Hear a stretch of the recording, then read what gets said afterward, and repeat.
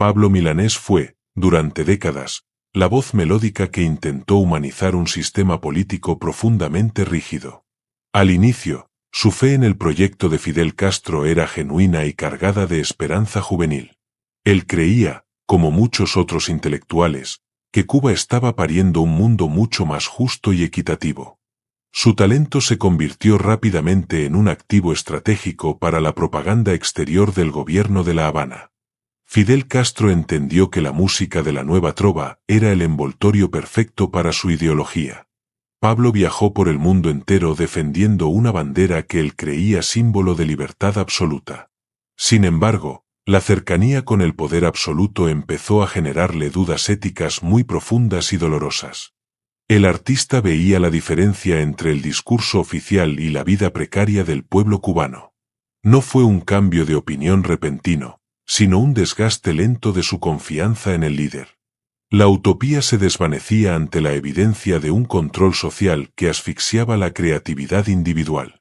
El bardo comenzó a sentirse más como un funcionario del Estado que como un creador libre. Aquella tensión interna marcaría el inicio de su distanciamiento irreversible con la cúpula militar de Cuba. El primer gran choque con la realidad represiva del sistema ocurrió en los campos de la SUMAP. En 1966, el régimen decidió que Pablo no era lo suficientemente revolucionario para sus estándares morales. Fue enviado a trabajos forzados en Camagüey junto a otros miles de jóvenes considerados desviados ideológicos. Allí, bajo el sol implacable, vio cómo el sistema trataba a los seres humanos como piezas reemplazables. Los guardias gritaban consignas de odio mientras los artistas e intelectuales cortaban caña bajo estricta vigilancia. Esa experiencia traumática fue el pecado original que el castrismo nunca pudo limpiar de su historial. Pablo sufrió la humillación de ser tratado como un enemigo por el mismo gobierno que admiraba. Aunque después fue perdonado por su inmenso talento musical, la herida nunca cerró en su interior. Aquellos meses de encierro y maltrato sembraron la semilla de la futura rebelión del trovador cubano. Fue testigo de suicidios y colapsos nerviosos entre sus compañeros de celda y de campo. La revolución le mostró su rostro más cruel y despótico cuando él apenas comenzaba su carrera. Fidel Castro firmó las órdenes que crearon esos centros de internamiento y de castigo injusto. Pablo guardó el dolor, pero su alma ya no pertenecía ciegamente al dictador de la isla. A pesar de la cicatriz de la SUMAP, el régimen lo utilizó como la cara amable de su política cultural. Lo integraron en el grupo de experimentación sonora del ICAIC para canalizar su energía creativa bajo control. Pablo se convirtió en un ídolo de masas, pero siempre bajo el ojo vigilante de la seguridad estatal. Fidel lo invitaba a cenas y recepciones para mostrar al mundo que los artistas apoyaban su causa. El músico aceptaba los privilegios, pero su incomodidad crecía con cada nuevo decreto restrictivo del gobierno. Se dio cuenta de que su arte era usado para tapar los fracasos económicos del sistema centralizado. La nueva trova se volvió un movimiento oficialista que censuraba a los que se salían del guión. Pablo intentó mantener su integridad escribiendo letras que hablaran de verdades humanas universales y no solo políticas. Sus canciones empezaron a ser interpretadas por el pueblo como sutiles mensajes de resistencia y esperanza.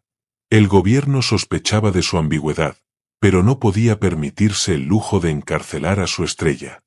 Era un equilibrio precario entre la lealtad pública y el creciente desprecio privado por los métodos dictatoriales. Fidel Castro era un maestro de la manipulación y Pablo era su trofeo más valioso y codiciado. Pero el bardo ya estaba empezando a buscar una salida mental a ese laberinto de espejos. Durante los años 80, el distanciamiento emocional de Pablo con la figura de Fidel se hizo evidente. El músico empezó a rechazar la retórica de la confrontación constante con el resto del mundo libre. Veía como otros colegas eran purgados por no aplaudir con suficiente entusiasmo cada discurso del líder máximo. Pablo se refugió en su familia y en su círculo íntimo para escapar de la asfixia ideológica. Fue en esta época cuando su música alcanzó una madurez que trascendía las consignas del Partido Comunista. El régimen intentaba dictar qué instrumentos eran revolucionarios y cuáles eran influencia directa del imperialismo yanqui. Pablo defendió su derecho a explorar sonidos nuevos y a colaborar con artistas de diversas tendencias políticas. Se convirtió en un puente cultural que la dictadura no podía quemar sin pagar un alto precio. Su fama en España y América Latina le otorgaba un escudo protector contra la censura directa. Mientras tanto, el pueblo cubano encontraba en su voz un consuelo ante la falta de libertades básicas. Fidel Castro lo observaba con recelo desde sus mansiones privadas, sabiendo que Pablo ya no era suyo. El artista evitaba las alabanzas directas al comandante en sus composiciones más recientes y exitosas comercialmente. La desconexión era un secreto a voces entre los allegados a la alta jerarquía del régimen. Cada concierto suyo era una declaración de independencia espiritual que el pueblo agradecía con aplausos prolongados. La caída del bloque soviético y el inicio del período especial fueron el punto de no retorno. Pablo vio a su país hundirse en la miseria más absoluta mientras la élite seguía viviendo bien. La escasez de comida y los apagones constantes terminaron por destruir cualquier rastro de fe en el sistema. Él mismo tuvo que usar su influencia para conseguir medicinas básicas para sus amigos y seres queridos. El discurso de Fidel pidiendo más sacrificio le pareció una ofensa cínica contra el pueblo hambriento. Pablo empezó a declarar en entrevistas extranjeras que Cuba necesitaba cambios urgentes y reformas democráticas reales. El régimen respondió con campañas de difamación sutiles en los medios de comunicación controlados por el Estado. Sus canciones empezaron a sonar menos en la radio y la televisión oficial del gobierno cubano. A pesar de esto, la gente seguía escuchándolo en grabaciones piratas y casetes que pasaban de mano en mano. Pablo se solidarizó con los balseros que arriesgaban su vida para escapar del paraíso comunista fracasado. Criticó abiertamente el fusilamiento de 3 jóvenes que intentaron desviar una lancha para huir de la isla. Aquel evento rompió los últimos lazos de respeto que Pablo sentía por la figura de Fidel Castro. El artista ya no tenía miedo de decir que la revolución se había convertido en una dictadura. Fue una ruptura pública que sacudió los cimientos de la izquierda intelectual en todo el planeta. El nuevo milenio encontró a un Pablo milanés convertido en un opositor moral desde dentro del sistema. Aunque seguía viviendo en Cuba, sus palabras eran dardos directos contra la inmovilidad de la gerontocracia. Pidió públicamente la liberación de los presos políticos y el cese del acoso a los disidentes. Se enfrentó a los actos de repudio organizados por las turbas castristas contra personas indefensas y pacíficas. Su voz ya no cantaba a la victoria del socialismo, sino a la libertad del individuo soberano. Fidel Castro, ya anciano y enfermo, no podía controlar la narrativa de un hombre tan respetado. El régimen intentó ignorarlo, pero Pablo seguía siendo una figura de referencia para la juventud cubana.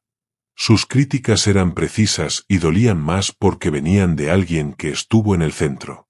El músico denunció la corrupción de la burocracia estatal que se enriquecía a costa del sacrificio ajeno. Cada vez que salía del país, aprovechaba para denunciar la falta de derechos civiles en su tierra. Su fundación cultural fue obstaculizada por el gobierno, hasta que finalmente tuvo que cerrar sus puertas. Fue una persecución silenciosa que intentó asfixiar su legado artístico y su influencia en la sociedad. Pablo no retrocedió ni un milímetro en sus demandas de apertura y de respeto a la diferencia. El romance con el poder se había transformado en un divorcio litigioso y lleno de verdades incómodas. La llegada de Raúl Castro al poder no cambió la postura crítica de Pablo sobre el sistema. Él sabía que el cambio de nombre no significaba un cambio real en la estructura represiva. Continuó apoyando a los artistas independientes que eran perseguidos por la seguridad del Estado en La Habana. Su apoyo a las damas de blanco fue un gesto de valentía que el régimen nunca perdonó. Pablo firmó cartas y manifiestos exigiendo el fin de la dictadura y el inicio de una transición. Los ideólogos del partido lo acusaron de ser un instrumento de la contrarrevolución financiada desde el exterior. Él respondió con la dignidad de quien sabe que su único compromiso es con la verdad histórica. La brecha con Silvio Rodríguez se hizo pública, evidenciando las dos caras de la intelectualidad cubana actual. Mientras uno defendía el sistema, el otro pedía libertad para los que pensaban distinto y sufrían. Pablo se convirtió en el bando de los que no tenían voz frente a la tiranía militar. Su música ahora servía para denunciar la soledad y el abandono de una nación entera en ruinas. Nunca más volvió a cantar para los generales ni para los burócratas del Palacio de la Revolución. Su exilio médico en España fue también un exilio político para poder hablar con total y absoluta libertad. Desde allí, siguió siendo un faro de esperanza para los cubanos que soñaban con una democracia. Su vida terminó siendo una lección de ética para todos los artistas comprometidos con su pueblo. El estallido social del 11 de julio de 2021 fue el capítulo final de su ruptura con el castrismo. Pablo no dudó en ponerse del lado de los miles de cubanos que salieron a las calles. Condenó la represión violenta desatada por las fuerzas especiales y los grupos paramilitares del gobierno de turno. Dijo que era una vergüenza que un gobierno usara las armas contra su propio pueblo desarmado. Esas declaraciones fueron su testamento político y su despedida definitiva de cualquier sombra de duda ideológica. El régimen intentó minimizar su impacto, pero las palabras de Pablo recorrieron la isla de punta a cabo. Los jóvenes manifestantes escuchaban sus temas mientras exigían libertad y el fin de la dictadura comunista. Pablo Milanés se fue de este mundo sabiendo que había cumplido con su deber de hombre libre. Su música ya no le pertenece a ningún partido político ni a ningún dictador de turno. Es el patrimonio de un pueblo que busca su camino hacia la luz después de 60 años. El mito del romance oculto con Fidel queda enterrado bajo la montaña de sus críticas reales. No hubo amor, hubo un desencanto profundo y una rectificación histórica que lo salvó del olvido. Sus cenizas no descansan en los altares de la patria oficial, sino en el corazón libre. El tiempo le dio la razón a Pablo y se la quitó para siempre a los tiranos. Cuba recordará siempre su voz como el sonido de una libertad que finalmente llegará a todos. Pablo entendió que la verdadera lealtad no es hacia un líder, sino hacia los principios éticos básicos. Su evolución muestra que es posible corregir el rumbo incluso después de haber apoyado una causa errónea. No se dejó comprar por los honores que el régimen le ofreció en sus últimos días de vida.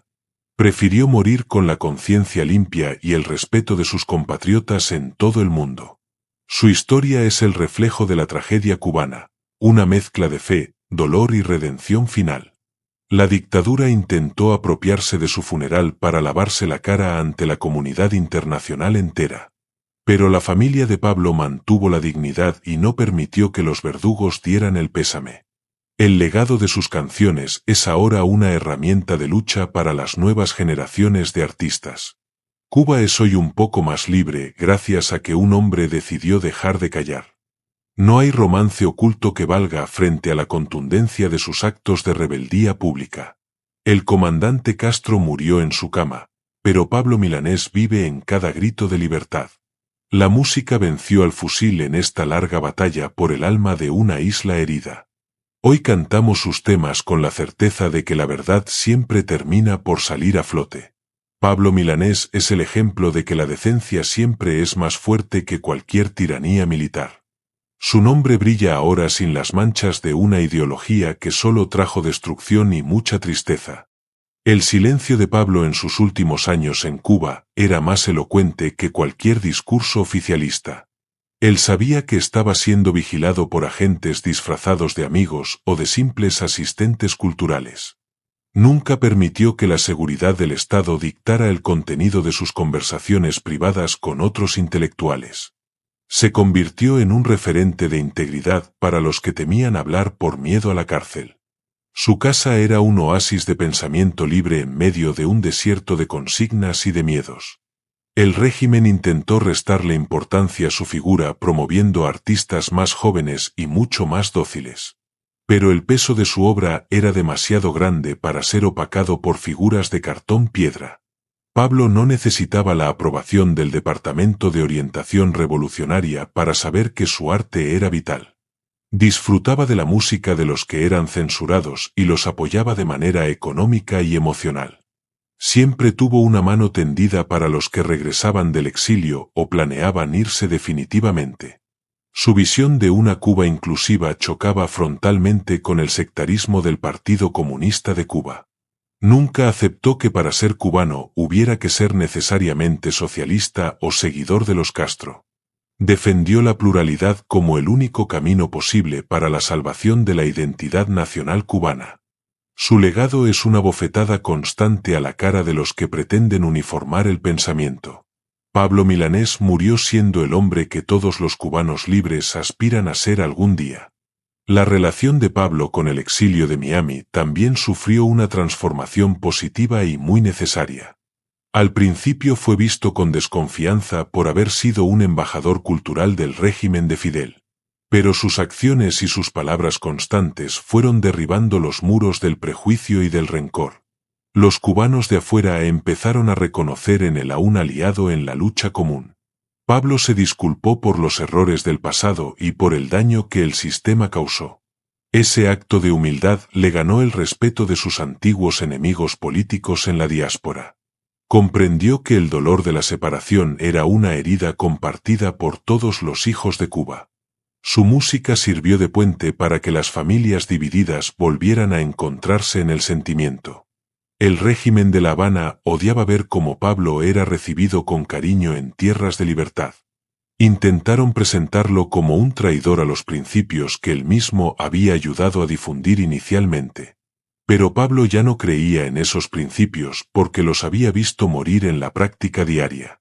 Su compromiso era con la gente, no con las estatuas ni con los dogmas de fe. Cantó en escenarios donde antes estaba prohibido su nombre debido a su antigua militancia política cercana. Fue un proceso de sanación colectiva que solo un artista de su talla podía liderar con éxito. El amor que recibió en sus últimos conciertos fuera de la isla fue su mayor recompensa. Pablo Milanés demostró que el perdón es posible cuando hay una voluntad real de cambio y verdad. Es importante desmentir la idea de los conciertos privados como algo de carácter romántico o sentimental. Pablo tocaba en esas mansiones porque era una obligación implícita para los artistas de su nivel jerárquico.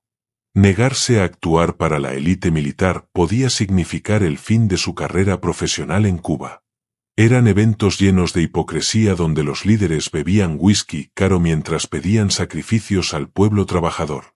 Pablo sentía un profundo asco por esas exhibiciones de poder absoluto y de riqueza mala vida. Veía cómo Fidel Castro se comportaba como un monarca absolutista rodeado de una corte de aduladores. Esos momentos privados solo sirvieron para confirmar su desprecio por la doble moral del sistema socialista. No había una conexión afectiva, sino un contrato forzado por las circunstancias de una dictadura totalitaria. Pablo aprovechaba esas ocasiones para observar de cerca la decadencia moral de los que gobernaban la isla. Salía de esos lugares con una tristeza profunda y una necesidad urgente de lavar sus oídos. El mito del romance es una invención para intentar manchar su memoria con la del dictador. La realidad es que Pablo Milanés despreciaba la figura de Fidel cada vez con más intensidad. Sus canciones de amor eran para mujeres reales, no para tiranos con delirios de grandeza eterna. La historia debe ser contada con rigor para evitar que las mentiras se conviertan en verdades. Pablo fue una víctima más de la seducción de un poder que luego lo intentó destruir. Su música es la prueba de que su corazón siempre estuvo en el lugar correcto. La censura contra Pablo en sus últimos años alcanzó niveles de mezquindad que pocos pueden llegar a imaginar. Sus grabaciones más recientes eran bloqueadas en las emisoras de radio por orden directa del Comité Central. Los periodistas oficiales tenían prohibido mencionarlo de forma positiva en sus crónicas sobre la música cubana actual. A pesar de esto, Pablo seguía llenando los teatros cuando le permitían dar algún concierto ocasional allí. El público iba a verlo no solo por su voz, sino por lo que él representaba éticamente. Era un acto de resistencia colectiva, asistir a una presentación de Pablo Milanés en La Habana actual. La gente coreaba sus canciones con un fervor que asustaba a los agentes de la seguridad. El régimen intentó sabotear sus presentaciones con cortes de luz o con supuestos problemas de transporte.